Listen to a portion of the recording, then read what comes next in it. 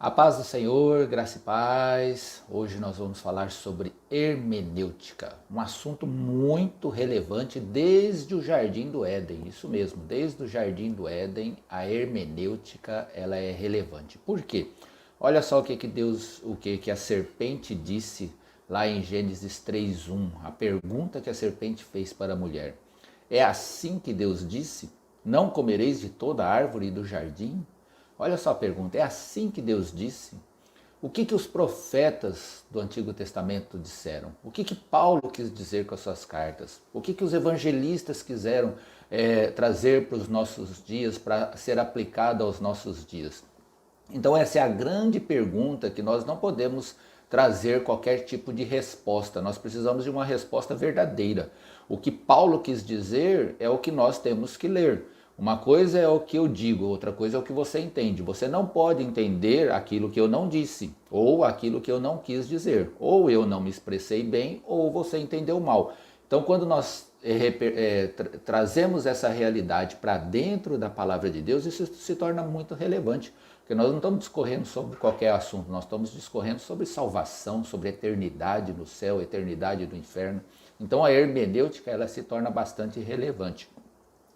E não precisa de saber hermenêutica para, vamos dizer, ler a Bíblia ou entender os textos. Basta que o leitor seja um leitor idôneo, querendo trazer um bom entendimento a respeito daquilo que ele está lendo. Qualquer leitor bem intencionado que se está se esforçando em interpretar corretamente um texto, ele vai praticar hermenêutica sem saber dessas regras. Então, portanto, não se assuste com o que nós vamos falar, porque um leitor bem intencionado, ele faz hermenêutica sem nem saber que existe a tal da hermenêutica.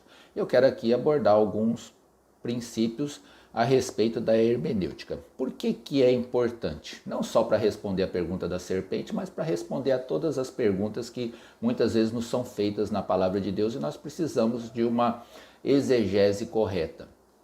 Qual que é a diferença entre exegese e exegese? Exegese é você tirar do texto aquilo que o texto quer dizer. Exegese é você extrair do texto aquilo que você quer dizer. Percebeu a diferença? Exegese, você tira do texto o que o texto quer dizer, o que o autor quis dizer. Exegese, você pega um versículo, um texto, para corroborar com o seu entendimento e às vezes, muitas vezes, errado, ok? Mas olha só o que Paulo nos adverte, ó, lá em Efésios. Por que nós precisamos disso? Para que não sejamos mais meninos inconstantes, levados em roda por todo o vento de doutrina. Olha Paulo. Paulo foi um dos grandes apologetas da palavra de Deus. A maior parte dos escritos de Paulo são para nos proteger dos entendimentos, dos discursos errados que haveriam na nossa geração. Marcos 7:7, Jesus ele fala, ó, em vão, porém, me honram, ensinando doutrinas que são mandamentos de homens. Então a palavra de Deus é muito clara em mostrar que tem doutrinas de homens, doutrinas de demônios e temos a sã doutrina. E a hermenêutica ela preza pela sã doutrina, ela preserva a sã doutrina, ok? Um dos significados de hermenêutica, que é interessante, ele vem do grego hermeneuem, que é uma teoria ou filosofia da interpretação. Inclusive tinha acho que alguém chamado Hermes, que era um dos enviados para trazer as revelações divinas, né, acerca dos deuses da Grécia, alguma coisa nesse sentido. Então é bem interessante de onde vem essa raiz do Hermes, hermeneuem. E por sua vez, interpretar, determinar com certeza o sentido de um texto, explicar aquilo que é obscuro, atribuir valor, sentido, significação. Então, antes da gente saber o que o texto significa para nós precisamos saber o que o texto significava para o autor, o que o autor quis dizer, como nós já colocamos, ok? Então, a hermenêutica ela é tida como uma ciência e a arte da interpretação bíblica. Ela é ciência porque ela tem alguns princípios e regras. E como arte, porque a comunicação ela é bem flexível, né? Nós não temos uma rigidez na nossa comunicação, nós temos liberdade de nos expressar, mas a mensagem ela tem que ter começo, meio e fim, tem que ter um objetivo, tem um emissor e tem um receptor, tem um porquê aquela mensagem, tem um alvo a ser atingido e nós não podemos modificar esse alvo, ok? Então vamos entender alguns dos princípios da hermenêutica. Eu quero elencar aqui apenas alguns, depois você pode procurar mais sobre isso, mas que eu considero os principais, o que nos protege e que são os mais fáceis de entender e aplicar no dia a dia. Novamente eu destaco, qualquer leitor bem intencionado vai praticar esses princípios sem nem saber que eles existem, ok? Um dos primeiros princípios é a análise histórico-cultural, que é justamente considerar o ambiente histórico do autor, aonde que o autor estava inserido, qual era a cultura do local, por que ele escreveu aquilo daquela maneira. Por exemplo, Provérbios 22, 28 fala, não removas os marcos antigos que puseram teus pais. Para alguns da nossa geração, com exceção daqueles que estão ligados à agricultura, nós que somos mais urbanos, eu por exemplo, falar esses marcos ali, ele é meio estranho, é um linguajar meio estranho, que a gente não está acostumado com esse vocabulário. Então nós temos que saber o que esses marcos significam. E na época do passado, o que havia? Havia alguns sinais, algum pedaço de pau, pedra, alguma coisa que delimitava uma propriedade da outra. Então o que o autor aqui está querendo dizer? Está querendo dizer justamente para não roubar a terra do vizinho. Porque se você muda o marco, muda a marca, muda a cerca de lugar, você está roubando terra.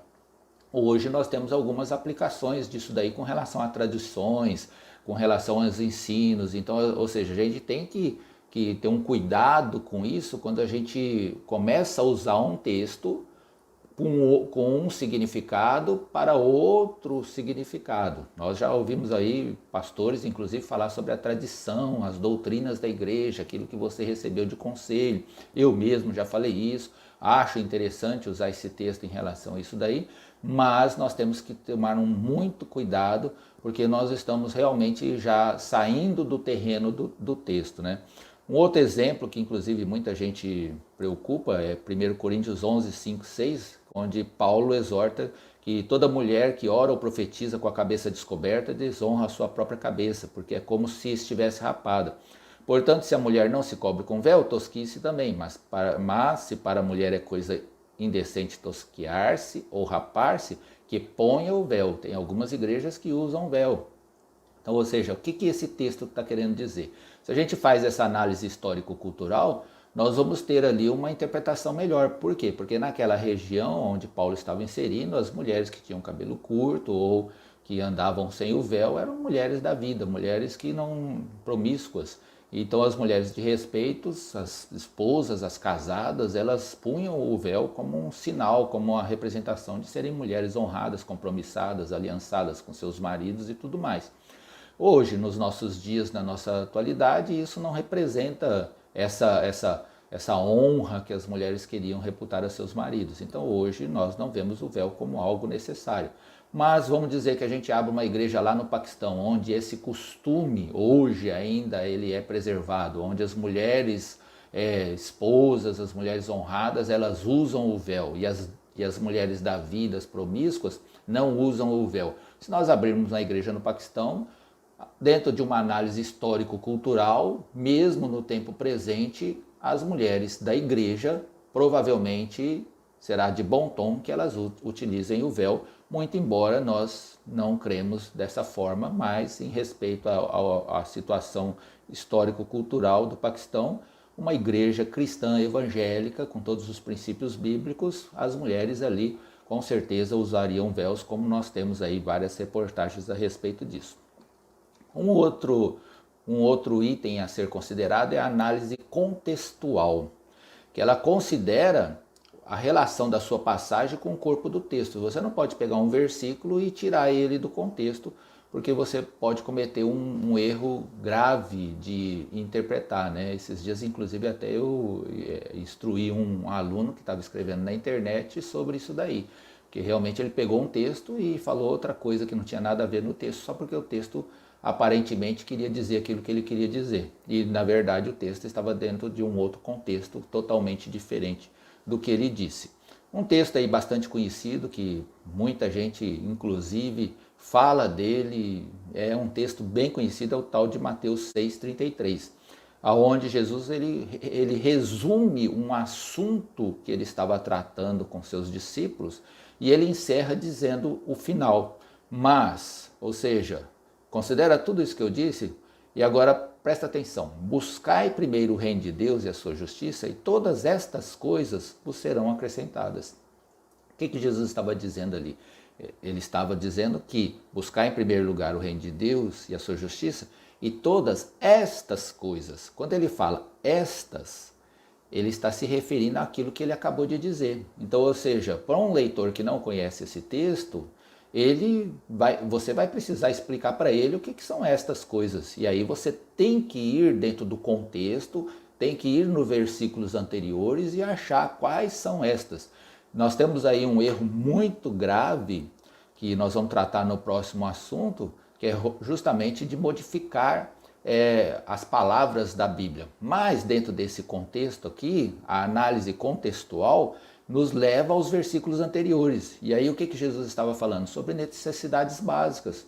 Não se preocupe com o que você vai haver de comer, ou de beber, ou de vestir, porque a turma do mundo, os gentios é que procura essas coisas, eles ficam inquietos com isso, eles ficam preocupados com isso, a vida deles é em função disso. Agora vocês não, vocês podem ficar tranquilos, busquem em primeiro lugar o reino de Deus e a sua justiça, que estas coisas básicas, elas vão ser acrescentadas. Muito simples, se esforcem em Deus, pode deixar que eu cuido do resto. É isso que Jesus quis dizer com esse texto, e que é importante justamente a análise contextual para que a gente possa ter uma melhor clareza a respeito desse texto, ok? E Mateus 6,33, analisado sobre a análise léxico-sintática, ele também nos traz um outro entendimento muito relevante. Porque a análise léxico-sintática, ela revela a compreensão das definições de palavras, lexicologia, e a sua relação umas com as outras, que é a sintaxe. Nós não podemos tirar o sujeito e fazer ele virar predicado. Nós não podemos matar o verbo, nós não podemos desprezar o verbo, nós não podemos desprezar o autor da ação. Né? Quem que é o sujeito, quem que fez? Nós não podemos desprezar essas relações, e muitas vezes a gente vê as pessoas invertendo esse significado e trazendo outros significados para certas palavras que não estão contidas nisso daí.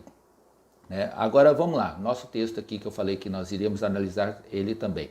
Mateus 6,33 fala, mas buscai primeiro o reino de Deus e a sua justiça, e todas estas coisas vos serão acrescentadas. Nós estamos falando de estas, e nós já vimos na análise contextual que significa que está se relacionando a necessidades básicas, comer, vestir, beber, né? Mas nós temos visto muita gente, eu acredito que você já tenha dito isso daí, tenha ouvido pastores, inclusive, falar isso, e usar a frase da seguinte forma, mas buscai primeiro o reino de Deus e a sua justiça, e todas as outras coisas vos serão acrescentadas. Outros ainda dizem, e as demais coisas vos serão acrescentadas. Tanto quem diz como as outras coisas como as demais coisas, elas estão erradas. Não é isso que está na Bíblia, pode conferir na sua Bíblia, pode conferir nas demais versões da Bíblia, em inglês e todas as outras, que a palavra ali é estas e essas falam de coisa perto, fala de coisas que estão ali próximo, são o objeto daquela conversa. Outras coisas fala de outras coisas, fala de diversas coisas. Então, ou seja, dentro de uma análise léxico-sintática, primeiro nós temos que entender que este ou esse são pronomes demonstrativos. Tanto estas coisas como essas coisas são pronomes demonstrativos, está correto as traduções. Mas agora, se você pegar outro ou demais, outro é um pronome indefinido variável e o demais é um pronome indefinido invariável. É a mesma coisa que você trocar o sujeito pelo predicado. O gato matou o rato. Aí você pega e vai querer dizer que esse texto quer dizer que o rato matou o gato. Não. Quem matou o gato, o sujeito, é o gato. O verbo é matou e o rato foi o que foi morto. Né? Ou seja, nós não podemos inverter essas expressões. E quem fala isso daí, buscar em primeiro lugar o reino de Deus e as outras coisas serão acrescentadas, está trocando praticamente o sujeito pelo predicado aí, fazendo um erro muito grave e trazendo uma mensagem que Jesus não disse. Jesus não falou que as outras coisas vos seriam acrescentadas. Isso, inclusive, até dentro de uma análise contextual mais ampla da palavra de Deus, ela não encontra amparo. Jesus mesmo disse, no mundo tereis aflições, mas tem de bom ânimo, eu venci o mundo. Paulo fala, aquele que quer viver piedosamente sofrerá perseguições. Contentai-vos com aquilo que tendes. Paulo fala, se você tiver o que comer, o que vestir, esteja contente. Ou seja, nós temos um entendimento de que a vida tranquila, ela representa uma satisfação com as suas necessidades. Busca em primeiro lugar o reino de Deus e a sua justiça, que estas coisas, comer, vestir, beber, elas vão ser acrescentadas. Isso Jesus prometeu, né? Jesus falou, olhai os lírios, os passarinhos, que não semeiam nem colhem, contudo Deus cuida deles, quanto mais você que vale mais do que um passarinho. Então, é muito importante que nós façamos essa análise léxico-sintática. Um outro princípio, quarto princípio, análise teológica, que ele estuda o nível de compreensão teológica na época da revelação, a fim de averiguar o significado do texto para seus primitivos destinatários. Assim sendo, ela leva em conta textos bíblicos relacionados, quer dados antes, quer depois da passagem em estudo. Então, ou seja, qual que era a compreensão teológica de Adão e Eva, por exemplo? Qual que era a teologia? O que estava escrito na Bíblia de Adão e Eva? A única coisa que nós estávamos escrito ali é alguns princípios, lá em Gênesis 2, 15 e 17. E ordenou o Senhor Deus ao homem, dizendo, de toda árvore do jardim comerás livremente, mas da árvore do conhecimento do bem e do mal, dela não comerás, porque no dia em que dela comer, certamente morrerás. Era o único entendimento teológico de Adão. O outro entendimento é que Adão sabia que ele estava ali para trabalhar e para guardar o jardim. Praticamente nós tínhamos ali na compreensão de Adão apenas 3 princípios que Adão deveria de compreender. Então, ou seja, esse era o entendimento, e a serpente vem e consegue derrubar esse entendimento a respeito de princípios tão básicos, né? Uma outra questão a respeito dessa análise teológica, João lá 6, 14 e 15. Vendo, pois, aqueles homens o milagre que Jesus tinha feito, diziam, este é verdadeiramente o profeta que devia vir ao mundo. Sabendo, pois, Jesus que haviam de vir arrebatá-lo para o fazerem rei, tornou a retirar-se ele só para o monte. Ou seja, olha o entendimento teológico que aquelas pessoas na época de Jesus elas tinham. Elas estavam acreditando lá em Deuteronômio 18, 15 a 19, quando Moisés ele fala sobre a promessa de um profeta como ele, que Deus levantaria um profeta como ele.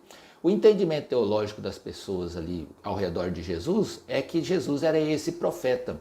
E se eles identificavam esse Jesus como um novo Moisés, e o que Moisés fez? Moisés tirou o povo da escravidão do Egito e levou para a Terra Prometida. Agora, Jesus então ia tirar da escravidão de Roma e fazer de Israel uma grande nação. Esse era o entendimento teológico das pessoas naquela época. Portanto, quando eles viram Jesus, eles entenderam que Jesus seria esse rei, esse novo Messias, dessa forma, um estadista. E, no entanto, a gente compreende hoje que Jesus veio por outros motivos, muito embora nós sabemos que Jesus vai voltar como rei, né? Então a análise teológica ela é interessante para que a gente conheça qual que era o conhecimento teológico e por que que certos fariseus, saduceus disseram certas coisas, por que que as pessoas ali queriam colocar Jesus como rei. Os discípulos inclusive chegaram para Jesus, Senhor, nós queremos um assentado à tua direita ou à tua esquerda ali no teu reino, achando que ia ser primeiro-ministro, capitão do exército, alguma coisa desse sentido. A última questão que nós queremos ter aqui é a análise literária. Ela é importante para que a gente saiba que nós temos alguns textos que são históricos e tem outros que são poéticos, tem outros que são proféticos e a característica desses textos, ele nos leva a uma determinada leitura, a uma determinada compreensão e em busca de um determinado entendimento, ok? Então a análise literária identifica a forma ou método literário usado em determinada passagem. Cada uma tem seus métodos únicos de expressão e de interpretação. Por exemplo, nós temos a lei, composta pelos 5 primeiros livros da Bíblia. Nós temos os históricos, como Josué, Juízes, Rutes, né, outros livros históricos do Antigo Testamento. Temos os poéticos e de sabedoria, né, Jó, Salmos, Provérbios, Eclesiastes, Cantares. Temos os profetas maiores e os profetas menores no Antigo Testamento. No Novo Testamento nós temos os 4 evangelhos, temos as cartas paulinas, temos as cartas gerais temos o livro histórico de Atos e temos o livro profético de Apocalipse. Então, você vai pegar o livro de Apocalipse, você não pode considerar ele como um livro histórico, registrar que aquelas coisas de fato aconteceram. Por quê? Porque ele é um livro profético, se refere a uma escatologia, a um estudo das coisas futuras. Então, ou seja, você não pode pegar o livro de Apocalipse e falar que aquilo ali de fato aconteceu. Né? Muito embora alguns textos de Apocalipse remonte ao passado, dá para se compreender a nível de passado, ok? Mas é isso que eu queria dizer em primeiro lugar, esses 5 pontos a serem analisados, né? Refletindo, revisando. Nós falamos o primeiro análise histórico-cultural, que depois a análise contextual, a análise léxico-sintática, análise teológica e depois a análise literária para nós compreendermos o estilo da carta. Um dever de casa que eu deixo para vocês é com relação a estudar as figuras de linguagem. É bem interessante.